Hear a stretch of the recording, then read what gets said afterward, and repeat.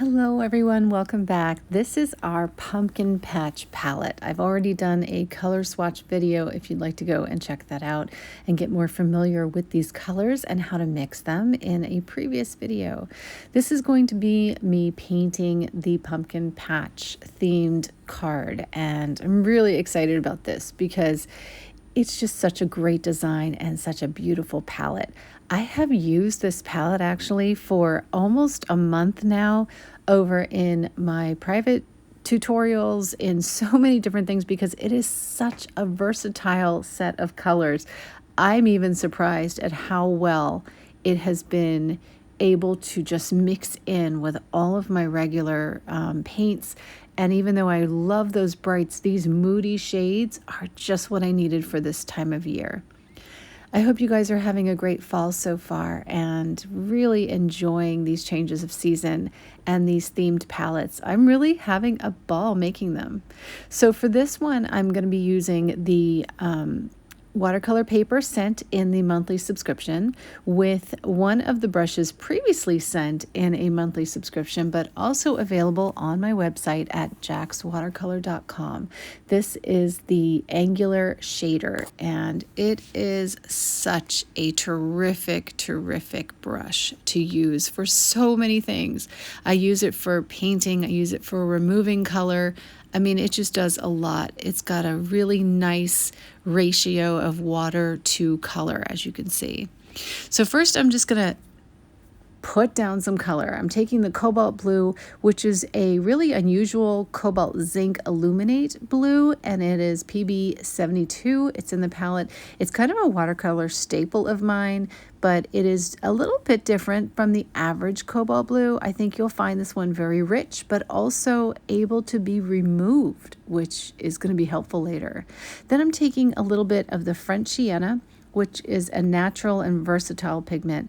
It's great for making colors, for transparency, but also you can make it more opaque if you don't add a lot of water. So you could wet it down and then take it full strength, and you can actually build this one up to a very good covering watercolor, which is really unusual. It's a PR102, a nice version of natural red iron oxide. So I'm using this really stable pigment, watered down, to outline some rough pumpkins. And pumpkins have all of these really cool little facets and crevices. So don't just, draw some circles and just start adding those layers. Kind of keeping track though that you are going to add some shades and shadows. So go light in the beginning just so that you can etch in some details.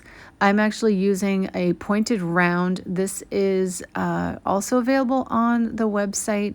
And I did send out some pointed rounds to the new subscribers as well as wash brushes. So there's a variety of brushes that came out in this subscription depending on the level of subscriber that you are, or if you've just signed up, things like that, because there are free gifts for new signups. There are also gifts added to the upper subscriptions. So if you haven't updated your subscription, make sure that you do so that you're getting all of the gifts and the goodies that you should be. So here I'm mixing in with the cobalt blue some of the French sienna to just kind of give it that really nice mix. I'm also able to add some transparent orange, which is a pyrrole color, and that is PO71. It's light fast, it's staining. It gives you just enough staining so that it hangs in there. You know what I mean? So it doesn't kind of like liquefy. You get that bright, very intense shot of color. It's great for warming up tones though, and it adds that boldness to the fall palette that we really need. You would think it'd be too bright or more of a spring, but it is not. It is such a great one to have for fall.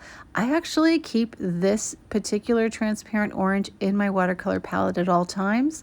It's not something that you can mix on your own. It's a single pigment color. So if you are going to have an orange, I highly recommend it.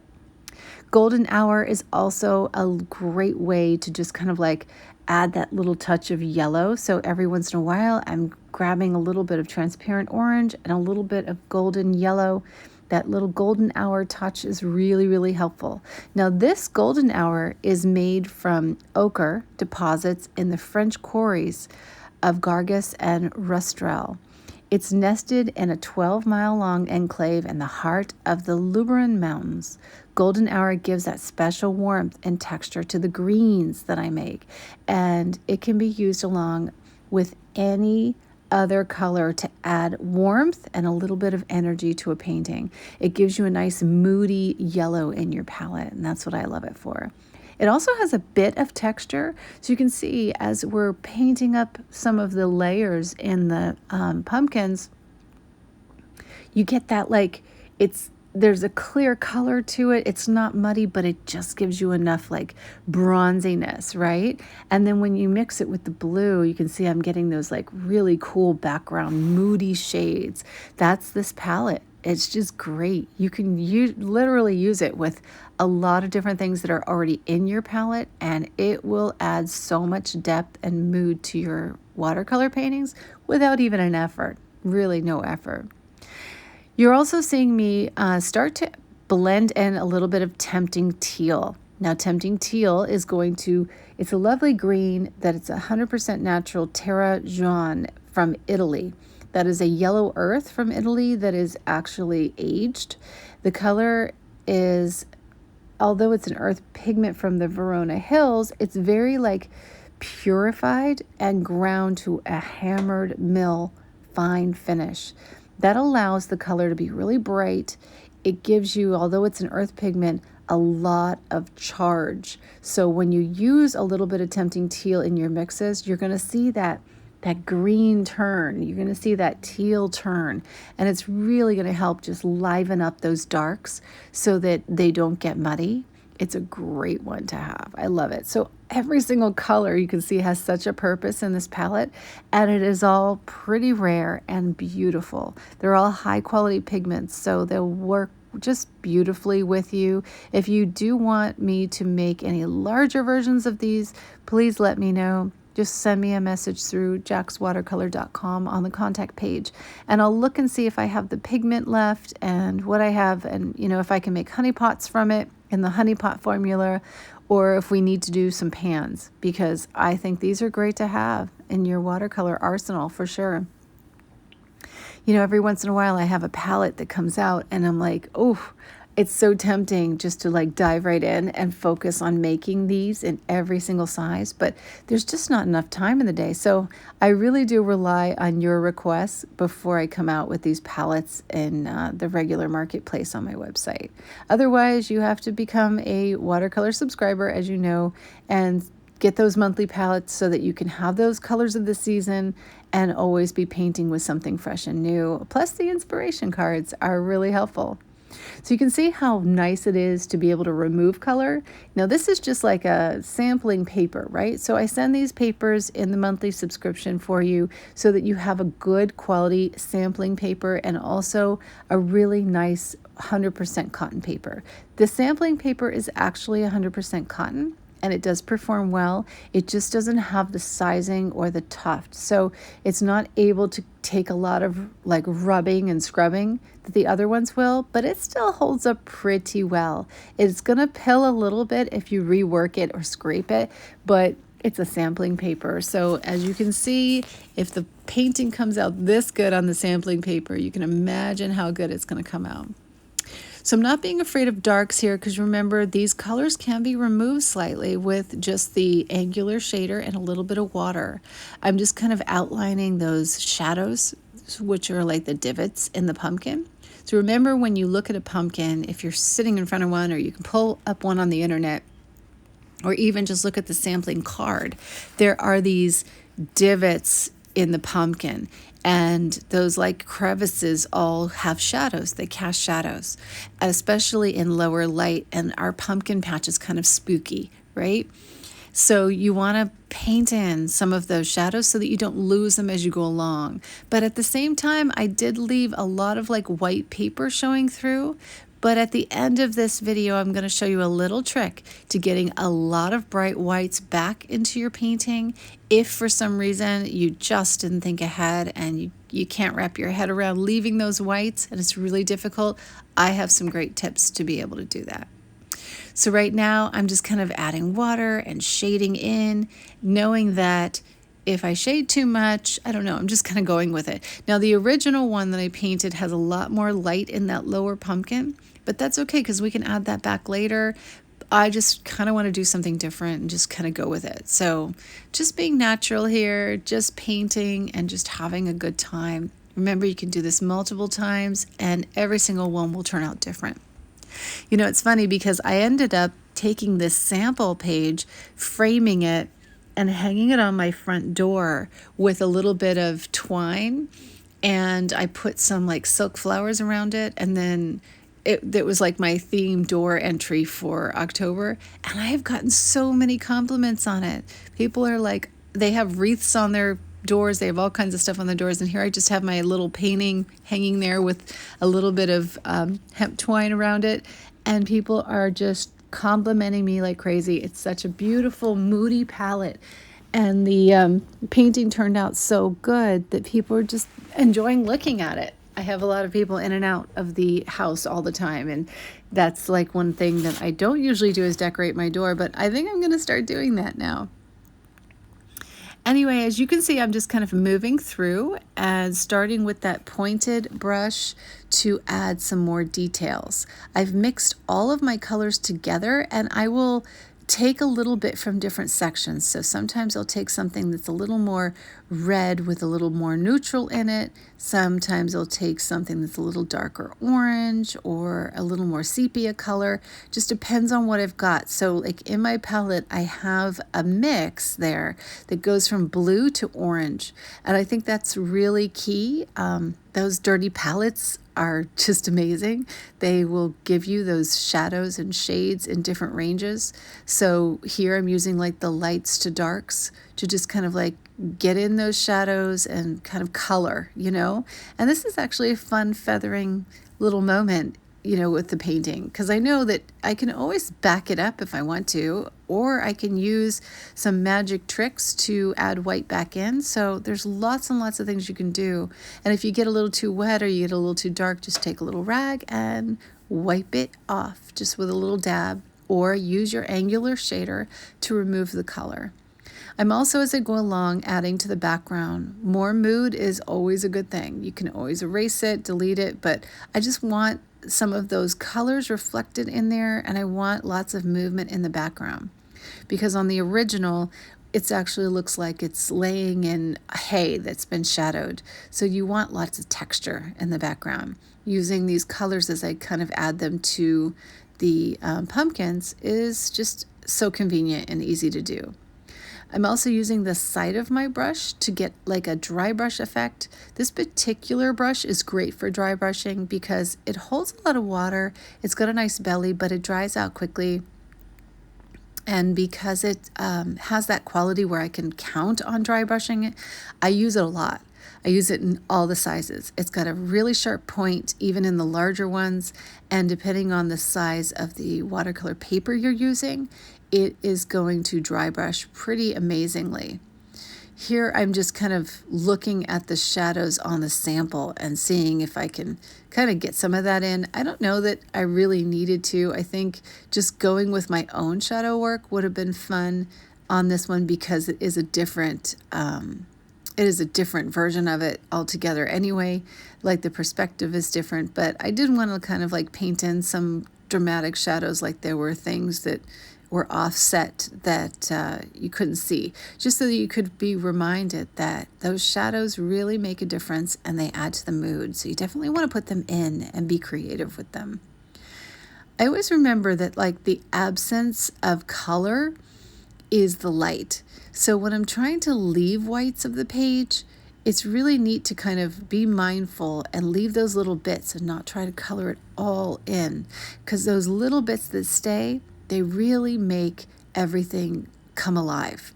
But if you remove too many of them, then eventually you have to figure out a way to put them back in, which we're going to do in a second, because I did remove some of the whites when I was doing the shadows, but that's all right because we can take an angular shader and then just pull some of that back.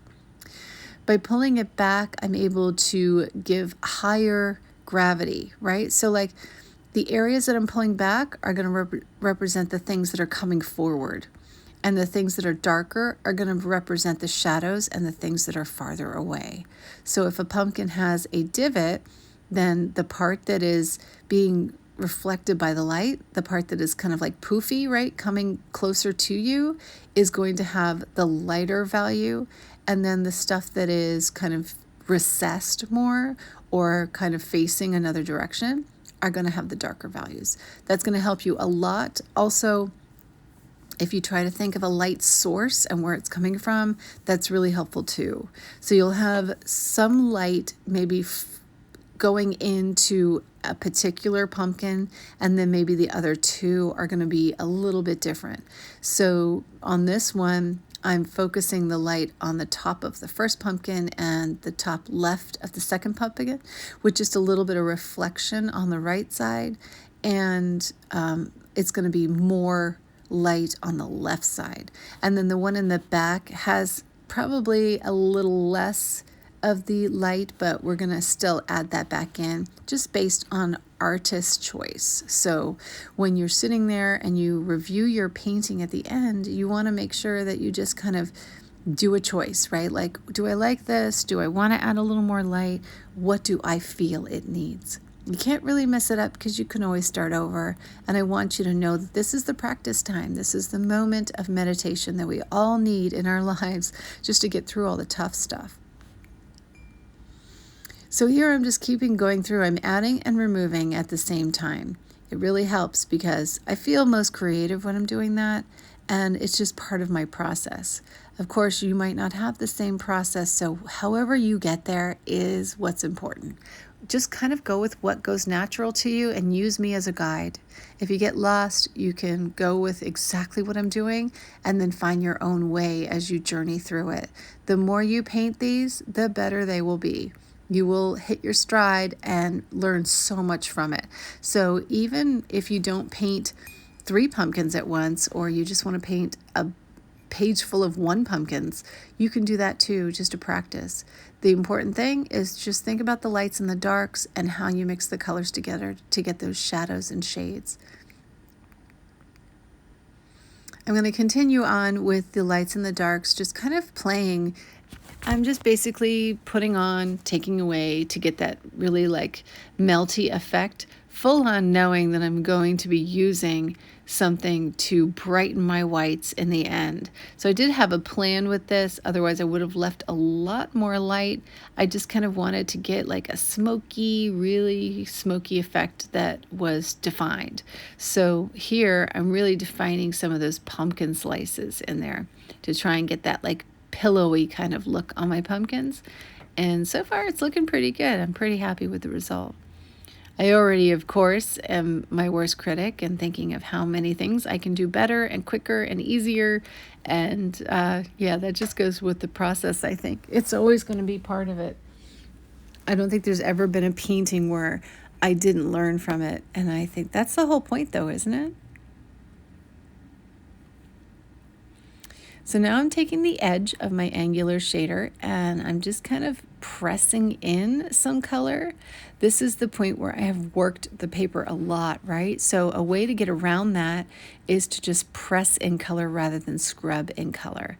If you see an area has been like added and removed and the paper just can't handle it, you can press in those colors. But this is also a technique that I use with the angular shader to get those really thin little lines. Sometimes when you press too hard, the brush will separate a bit, right? And it makes a thicker line. But if you just tap a thin edge brush, it's always going to give you a very, very nice angular thin line.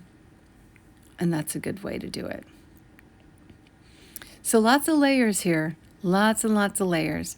Little thin layers though, not very thick layers. If you notice in my palette, I've mixed quite a bit of water, cleaning my brush off, then going back in, mixing into those neutrals and just tapping away, you know, just to give myself those shadows and shades. This type of watercolor painting does not happen without mixing a lot of colors in layers. But there you go. Now we've got our base and we're going to add some light coming up next. What do you think of it? Do you like how it turned out? So here's my magic product and my tip of the day. Dr. P.H. Martin's makes a white watercolor that I have used for decades. Literally, I think this one tube is so old, but I just keep re-wetting it. So even if it dries out, you can still pretty much add some distilled water to it and re-wet it in there. Now I'm taking the brush and I'm just laying it on, kind of watered down a bit, just to kind of get that weight so that it's fluid on my brush. And I zoomed in for you so you can see this is a spectacular and fast way to add lights back in, because if you have that kind of a brain that just can't think backwards and leave those lights, especially in the beginning as you're learning, this is a great way to be able to get the tones and get everything going, and then go back in and just stand back and say, okay, where do I want the light? Where did I miss it? Where is it going to be more effective, and how much do I want? This is a really cool and opaque product. So if you do mess up, you can't really remove it without getting like an opaque film on there. So you do kind of want to like go gingerly with it and just use it in that medium weight so it's not too thick. Just put it in your palette with a little bit of water and use a fine tip brush. Then just go lightly. You can see I'm just feathering in ever so slightly, just little bits of light, adding a little bit at a time and kind of getting some harsh edges, some little streaky little finger-like brushes of light. That to me is the way my eye likes it. You know, I like those little streaks. If you just like one solid piece, then that's entirely up to you. It depends on your style and what you like. But for me, I like these little tiny brush marks. I think they're really effective. And when you stand back from the painting, it gives you a lot of refracted light within the eye, and you kind of start to read the shapes and shadows really well with it. You could also do this with, there are several white marker pens on the market too that you could do. I prefer the brush, but you know, whatever works for you. If it's something that you want to use a pen with, or use the Dr. P.H. Martin's, that's just something that I love. This is also a good product if you want a very, very opaque version of your color. You could paint this on first and then paint the color over it, or you can mix this into watercolor. So don't be afraid to try different things with it if you are going to get some. I know it's a little bit pricey for a tube. I think it's like $30 or $40, but it lasts forever. I've literally had this little jar of this stuff for, I would say, 5 years. So I don't go through it that fast. I really don't. But as you can see, I only use a tiny, tiny little bit because it's so strong.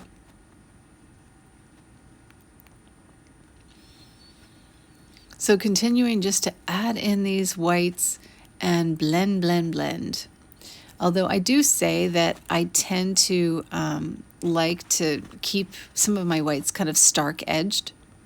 And what I did here is I added the rest of the white from my palette into the neutral tone of the watercolor. And that caused me to get an opaque version of my neutral.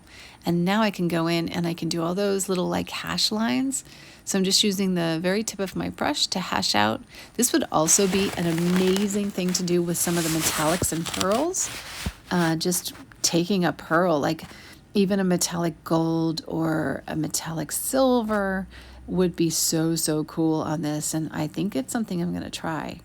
Also, like, I just made a pink that is really like glimmery. It's got like a gold sheen to it. It's called Pixie Pink, and it's like a pastel. It would be so pretty as a light layer on some of this, you know, like on maybe the orange pumpkin, and then take some of the blues and just kind of mix them in with your palette and add a little bit of that to some of the others. There's a lot of things you can do with those pearls and metallics, and I'll be doing more video on that coming up soon.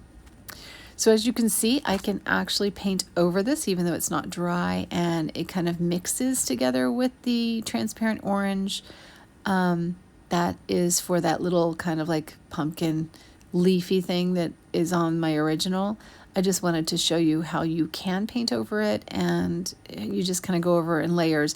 Better if you let it dry, but of course I'm speeding through this so that you can get a full video and see the in the moment, you know, pros and cons of doing it different ways.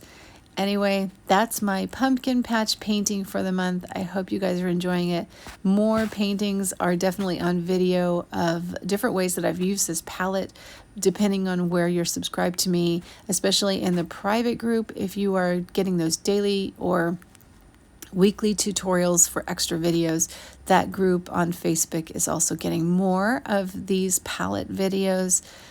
So I don't know. Depends on how many videos you want from me. Have a great one, you guys, and thank you so much for being a subscriber. If you haven't subscribed yet, I'll leave it in the comment below.